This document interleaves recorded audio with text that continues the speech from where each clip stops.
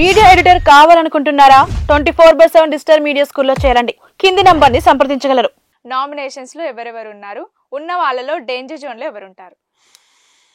Nomination list ఏరాలా మీరు danger zone అడుగుతున్నారు? మీ ప్రకారం చెప్పండి. యాక్చువల్గా నామినేషన్స్ లో మనకు అందుతున్న సమాచారం ప్రకారం రోహిణి అయితే ఉండదు, మెగా చీఫ్, నబీల్ అయితే లేడు. ఓకే, ఇంతే మనకు వచ్చింది. మిగతా అందరూ ఉన్నారు. సో ఆల్మోస్ట్ అందరూ ఉన్నట్టే లెక్క. అందరు ఉన్నారు కాబట్టి మేబీ ఏమన్నా డబుల్ ఎలిమినేషన్ పెడతారా? పెట్టే ఛాన్స్ ఈస్ దేర్, ఛాన్స్ ఉంది. మొన్న వారమే పక్క డబుల్ ఎలిమినేషన్ అనుకున్నాం. బట్ ఏంటంటే ఈ నామినేషన్స్ వచ్చింది కాబట్టి మీకు ఎలిమినేషన్ చెప్పాలి, మస్ట్ గా చెప్పాలి. సో యష్మినే ఎందుకు ఎలిమినేట్ చేశారు మనం మాట్లాడుకున్నాం ఆల్రెడీ. పృథ్వీ ఫిజికల్ టాస్క్ పరంగా వర్కౌట్ చేస్తున్నాడు, ప్లస్ గౌతమ్ తో ఒక యుద్ధం ఉంది. అది కంటిన్యూ చేస్తే 3 వారాల రేటింగ్ సస్టైన్ అవుతుంది. మనం ఆల్రెడీ మాట్లాడుకున్నాం, పృథ్వీని సేవ్ చేసుకుంటారు. బాటమ్ 2 లో ఉన్నారు కాబట్టి యష్మిని పంపించేస్తారు. సో అది మనం అనుకున్నట్టే అయింది. ఇంకొకటి ఏంటంటే నామినేషన్స్ అప్పుడు ఒకరికొకరు ఆల్రెడీ ఒక ఓటు గౌతమ్కి పడింది. ఆల్రెడీ ప్రోమోలో చూస్తుంటారు అందరూ కూడా. ఒకరికొకరు పెద్ద ఫైట్ అవుతుంది. నబీల్ కి గౌతమ్ కి పడ్డది ఈసారి, వాళ్ళిద్దరికి బాగా పడింది. సో ఇంకోటి ఏంటంటే తేజ కూడా ఊరుకోడు, విష్ణు నామినేషన్ లోకి తెస్తాడు.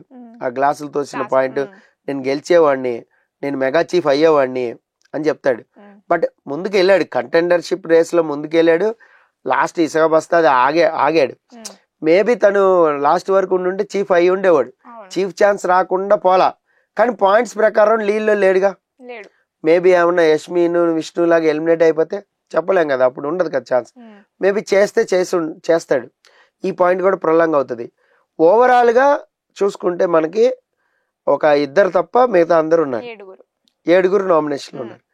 ఈ 7లో ఈసారి డేంజర్ అంటే అవినాష్ ఖచ్చితంగా డేంజర్ జోన్ లో ఉంటాడు.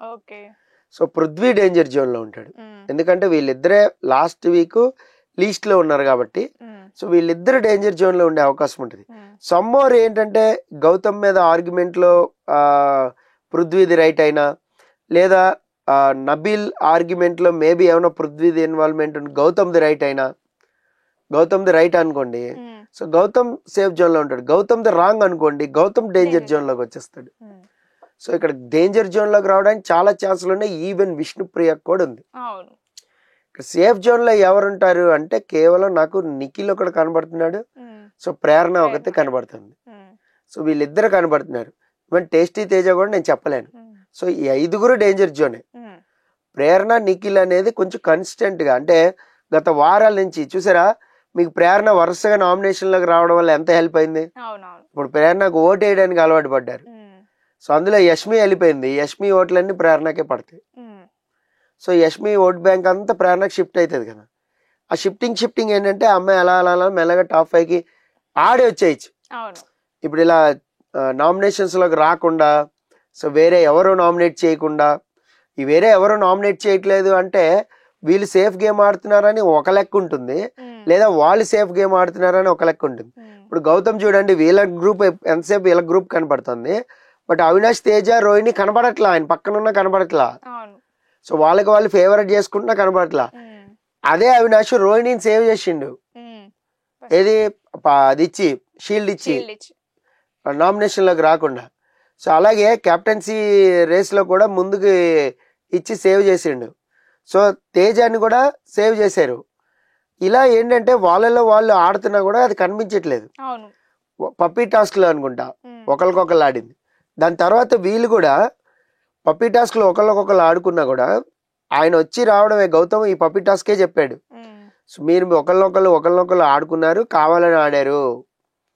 కావాలని ఆడారు, అందుకనే మీకు మణికంఠని పక్కన పెట్టారు అని గౌతమ్ పాయింట్. అది సరిగా ఎక్స్ప్లెయిన్ చేయలేదు కానీ పాయింట్ అయితే అది.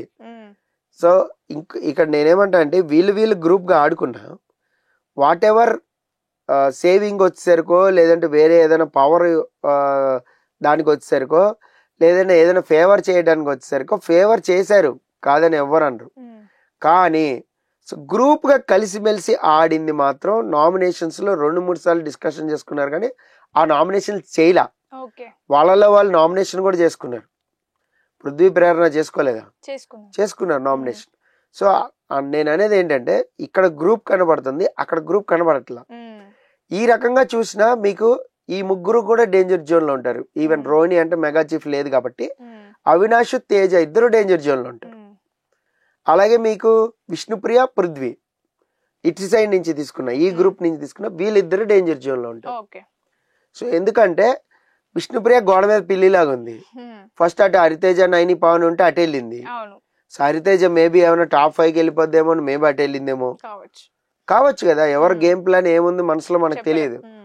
సో అటు వెళ్ళింది విష్ణుప్రియ కానీ నైని పవన్ దగ్గర కానీ హరితేజ దగ్గర అటు వెళ్ళింది. పృథ్వీ ఎంతసేపు నిఖిల్ సపోర్టింగ్ లేదంటే యష్మి లేదంటే మేబీ కొంచెం ప్రేరణతో విష్ణుతో ఉండేవాడు. సో పృథ్వీకి కూడా ఏంటంటే లాస్ట్ వీకే డేంజర్ జోన్ ఉంది, లాస్ట్ వీకే బాటమ్ లో ఉన్నాడు. ఈసారి బాటమ్ లో ఉంటే అయితే క్షమించరు, నిర్దాక్షిణ్యంగా ఎలిమినేట్ చేసేస్తారు. అలాగే అవినాష్ కూడా అంతే. ఇప్పుడు నామినేషన్ షీల్డ్ తో బచాయించిండు, ఒకసారి నామినేషన్ లోకి రాకుండా పక్కకి వెళ్ళాడు, ఇంకోసారి నబీల్ సేవ్ చేశాడు ఎవిక్షన్ ఫ్రీ పాస్ ఇచ్చి. ఇప్పుడు సేవ్ చేయడానికి ఎవరున్నారు? సో మేబీ ఏమన్నా ట్విస్ట్ ఇస్తే బిగ్ బాస్ రోహిణికి పవర్ ఇస్తే, నా అవినాష్ నన్ను గతంలో సేవ్ చేశాడు కాబట్టి నేను సేవ్ చేస్తా అని సేవ్ చేసే ఛాన్స్ అయితే ఉంది, 100% ఉంది. రోహిణికి పవర్ ఇస్తే ఇంకొక వారం బచాయించినట్టే లెక్క అవినాష్, ఇంకా అయిపోయినట్టే, ఫైనల్ కి వెళ్ళిపోయినట్టే, సెమీ ఫైనల్ ఫైనల్ అనుకోండి. సో మేబీ ఏమైనా ఈసారి టాప్ 6 తీసుకెళ్తారా అనిపిస్తుంది నాకు. టాప్ 6 కి వెళ్ళొచ్చా? టాప్ 6 పీపుల్ వెళ్తారు అంటే ఒకళ్ళే సిక్స్త్ మెంబర్ వెళ్ళినా నష్టమేం లేదుగా. ఫినాలే 6గురితో చేస్తే 7గురితో చేస్తే టాప్ 5 చేయాలనేం కదా, విన్నర్ ఒకళ్ళే. సో దాన్ని బట్టి ఏంటంటే లాస్ట్ లో ఓటింగ్ అనేది సపరేట్ అవుతుంది.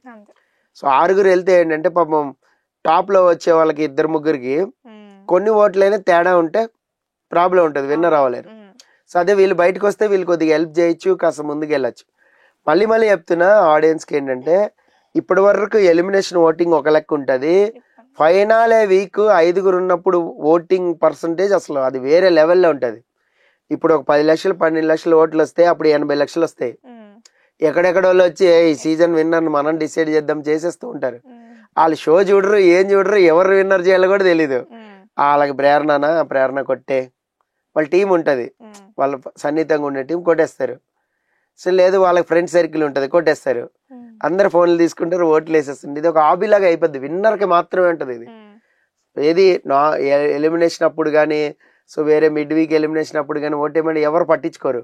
బట్ ఫినాలే, గ్రాండ్ ఫినాలే అంటే అందరి దృష్టి వెళ్ళిపోద్ది, ఈవెన్ సెలబ్రిటీల దృష్టి కూడా వెళ్ళిపోద్ది. సో వాళ్ళు పోస్టులు పెడతారు, ఇన్స్టాలో కూడా పెడతారు కాబట్టి సో అది వేరే ఉంటుంది. సో ఈ వారం డేంజర్ జోన్ మనం చూసుకుంటే నాకైతే 5గురు అయితే కనబడుతున్నారు. సో విష్ణుప్రియ పృథ్వీ ఈజీగా కనబడుతున్నారు. సో అలాగే అవినాష్ టేస్టీ తేజ కనపడుతున్నాడు. సరే ఓవరాల్ గా డేంజర్ జోన్ లో చూస్తే మనకి కొంతమంది 4గురు అయితే కనపడుతున్నారు. So Avinash, tasty Teja and Prithvi, Vishnupriya వీళ్ళైతే ఉన్నారు. కొంత సేవింగ్ పర్సెంట్ లో అయితే నిఖిల్, ప్రేరణ సేవ్ అయ్యే ఛాన్సెస్ అయితే ఉంటాయి. Okay sir.